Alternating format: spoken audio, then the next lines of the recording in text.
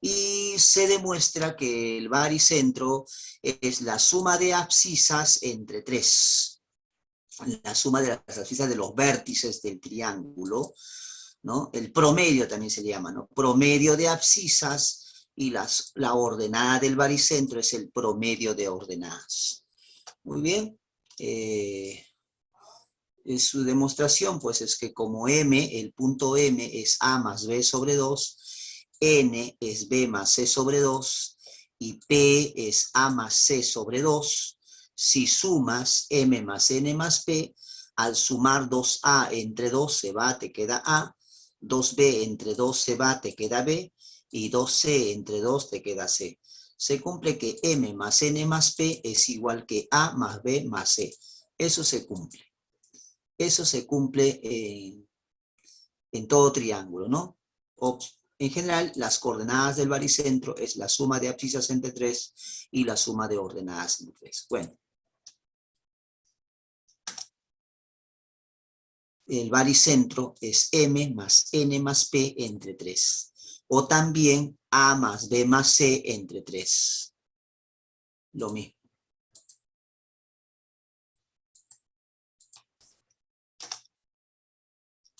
Dentro de una región triangular, bueno, de un triángulo, el incentro. Si tenemos las coordenadas A, B y C, un triángulo de coordenadas A, B y C, los vértices, ahí está. Entonces, si este es el vértice A, al lado opuesto al vértice A le vamos a llamar A minúscula, al lado opuesto al vértice B le llamamos B minúscula, y al lado opuesto al vértice C le llamamos C minúscula. El incentro, vamos a ver, en punto D, una bisectriz, ¿no? El punto E, trazamos otra bisectriz. Recuerde que el incentro es el punto de corte de dos bisectrices, ¿no? En este caso, dos bisectrices interiores, aquí está el incentro. Y por ahí el tercero, pues, ¿no? El tercero son iguales.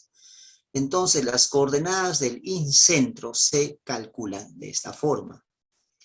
Y es el incentro del triángulo ABC. Si el opuesto al vértice A es A minúscula, opuestos al vértice B, B minúscula, opuestos al vértice C, C minúscula, los lados con letras minúsculas, se demuestra que las coordenadas del incentro es A, el lado A por el vértice A, más el lado B por el vértice B, más el lado C por el vértice C, sobre la suma de los tres lados, A más B más C, que es el perímetro del triángulo. Eso es la forma de obtener las coordenadas del incentro.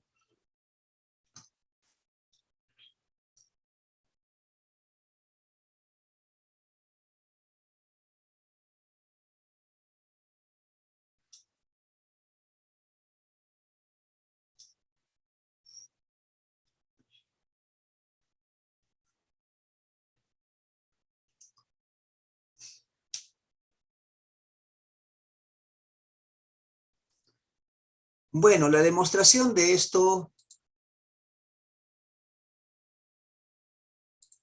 sí, pero no es necesario aprenderse de memoria porque, bueno, realmente esto son relaciones, pero se demuestra, ¿no? O sea, uno lo puede resolver tranquilamente aplicando una de las propiedades del incentro, de la geometría. Entonces se demuestra, ¿no?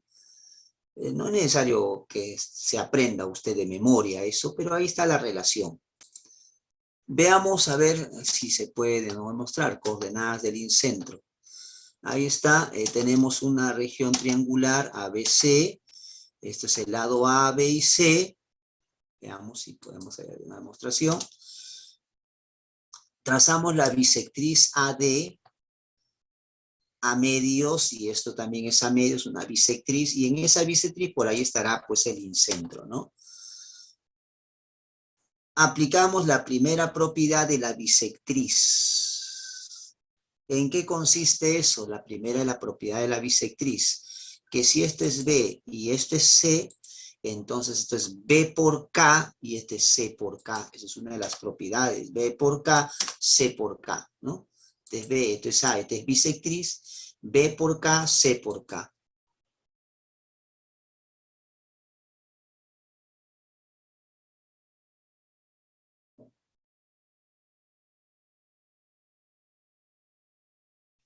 Bien, ¿qué más? Por ahí estará, pues, por división de un segmento en una razón dada, obtenemos el punto D. Haciendo el método del abrazo, con eso se obtiene el punto D. Ahí vas a tener el punto D. ¿Con qué? Con el método del abrazo. ¿Cómo es eso? B por B mayúscula más C por C mayúscula entre el total que es B más C. Así obtienes el punto D. Método del abrazo, ¿no? C, B por B mayúscula más C por C mayúscula entre B más C. La letra K se va a cancelar. Ya eso es por el método del abrazo. Ya tienes el punto D. Ubicamos el incentro. Supongamos que el incentro está por aquí, el incentro. Y hay una propiedad que dice, propiedad de la geometría, si este es M y esto es N, propiedad de la geometría, M es a N, ¿no? Sí, eso sí sabes, ¿no? M es a N, como la suma de B más C es al tercer lado A. ¿Sí? ¿Recuerda usted eso? Sí, propiedad del incentro, ¿no? Muy bien. Entonces, B más C esa. Y con eso ya tiene la proporción. Entonces, tú le pones B más C por K, o B más C por una, bueno, entonces, con una constante arbitraria, una constante K u otra letra. Entonces decimos, ahí está, esa es la proporción, entonces esto viene a ser B más C por un N, una constante N, y el otro es A por N. B más C por N y el otro es A por N. Y ahí, otra vez, método del abrazo entre el punto D y el punto A. Método del abrazo para encontrar el incentro entre el método del abrazo entre A y D, ¿no? En A y D. Entonces, nuevamente aplicamos división de un segmento para ubicar el incentro. El incentro será A por A. Ahí está. La letra N se va a cancelar porque es constante. A por A más B más C por D. B más C por D sobre el total A más B más C. Pero D lo tienes aquí. Aquí lo tienes D. Reemplazando el valor de D acá, va a quedar al final de esta forma. Ahí está demostrado. Solamente reemplazas el valor de D, que ya lo tenemos hace rato.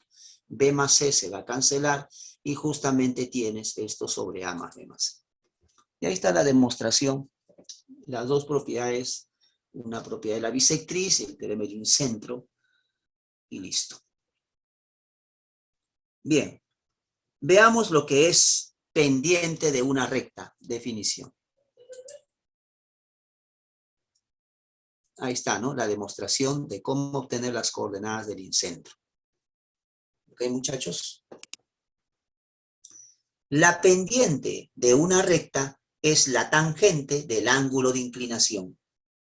¿Y qué es ángulo de inclinación? Definición. El ángulo de inclinación es el ángulo medido en sentido antihorario. Sentido antihorario. Al decir antihorario estoy diciendo positivo. Sentido antihorario, ¿no?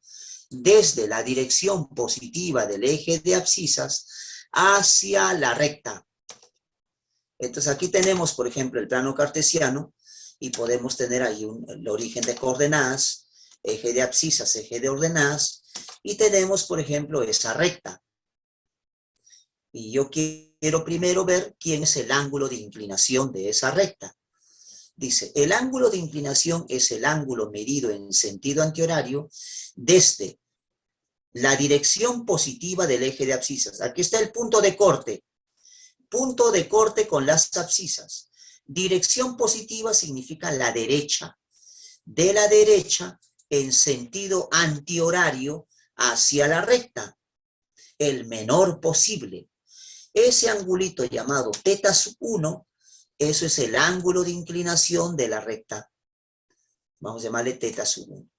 Entonces, Y para esta otra recta, el ángulo de inclinación es, ahí está el punto de corte con las abscisas, dirección positiva, o sea, la derecha, en sentido antihorario, el menor posible.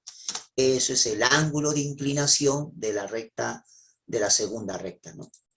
Una vez que ya tengas el ángulo de inclinación, la pendiente es la tangente del ángulo de inclinación. Entonces, para la recta 1, la pendiente de la recta 1 es la tangente de teta sub 1. Y para la recta 2, la pendiente de la recta 2 es la tangente de teta sub 2. ¿Entendido? Eso es entonces la definición de pendiente de una recta. ¿Qué cosa es la pendiente de una recta? Es la tangente del ángulo de inclinación. ¿Quién es el ángulo de inclinación? Es el ángulo que forma la dirección positiva del eje de abscisas, ¿no? El ángulo de inclinación parte, el ángulo de inclinación parte de la dirección positiva, del eje de abscisas, en sentido antihorario hacia la recta, el menor posible. Eso es el ángulo de inclinación. Ejemplo. Recuerde que el ángulo de inclinación es mayor o igual que 0, pero menor que 180. O sea, podría ser 0 el ángulo de inclinación. En este ejemplo me piden calcular la pendiente de esa recta. Entonces, para calcular la pendiente de esta recta, el ángulo de inclinación sería L.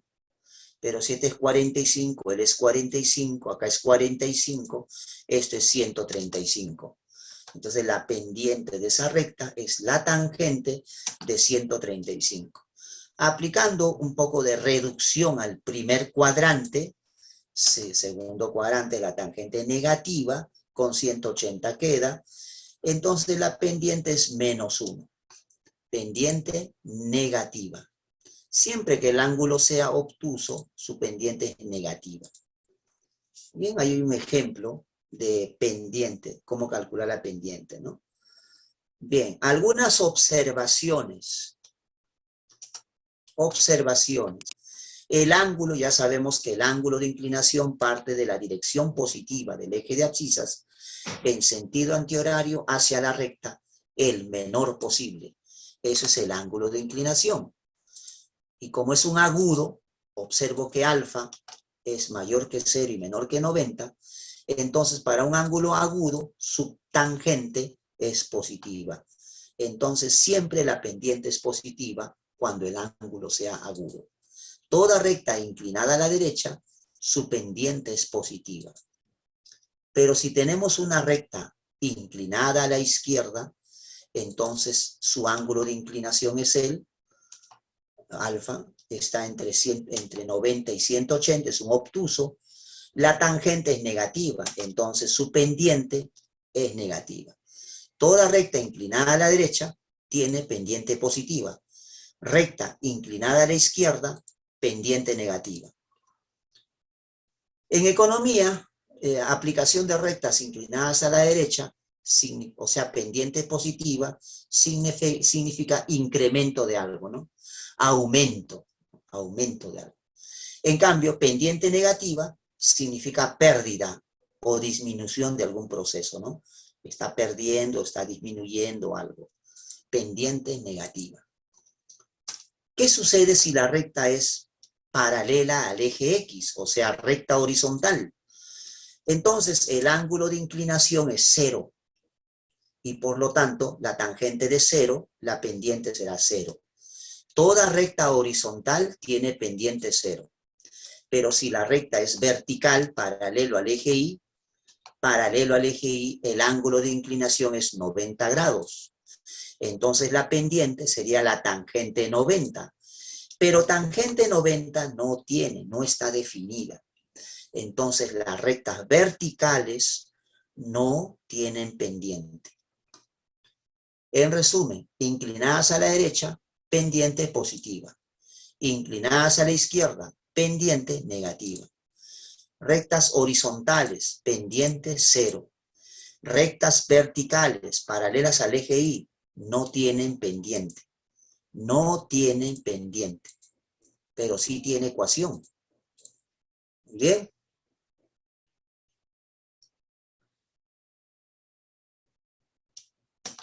Pendiente sabiendo dos puntos. Teorema. Si tenemos dos puntos A y B diferentes que pertenecen a una recta L, se dice que la pendiente es diferencia de ordenadas sobre diferencia de abscisas. Demostración. Coloquemos dos puntos diferentes, A y B. Puede ser así, no se pierde generalidad, ¿no? Supongamos así.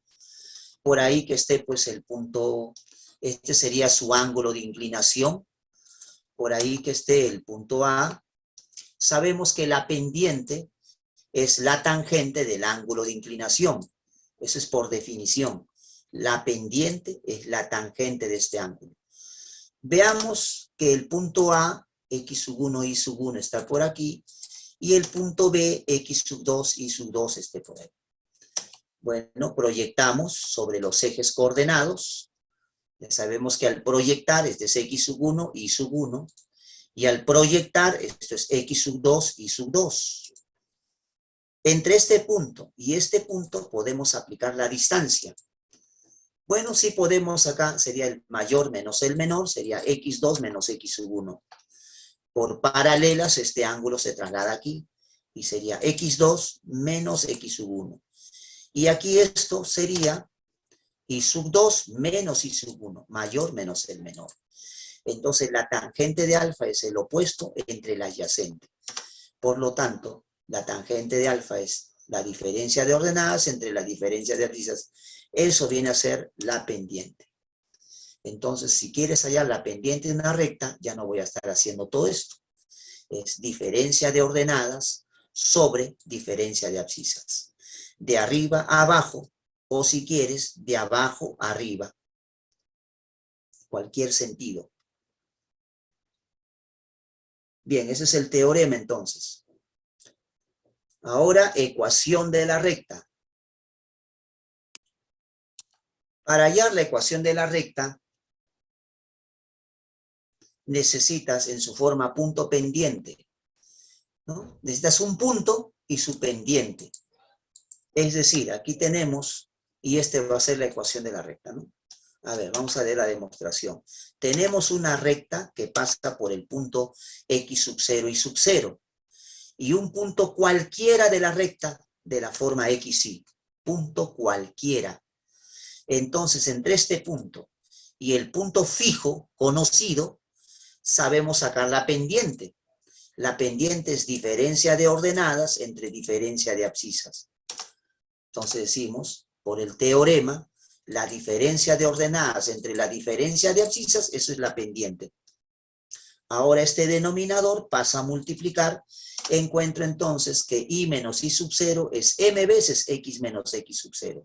Finalmente, ordenando, obtenemos la famosa ecuación de la recta en su forma punto pendiente. Esta es la ecuación de la recta en su forma punto pendiente. ¿Qué necesito para hallar la ecuación de la recta? Necesitas un punto y la pendiente. Punto conocido y la pendiente de dato. Y te va a salir algo así. Veamos un ejercicio.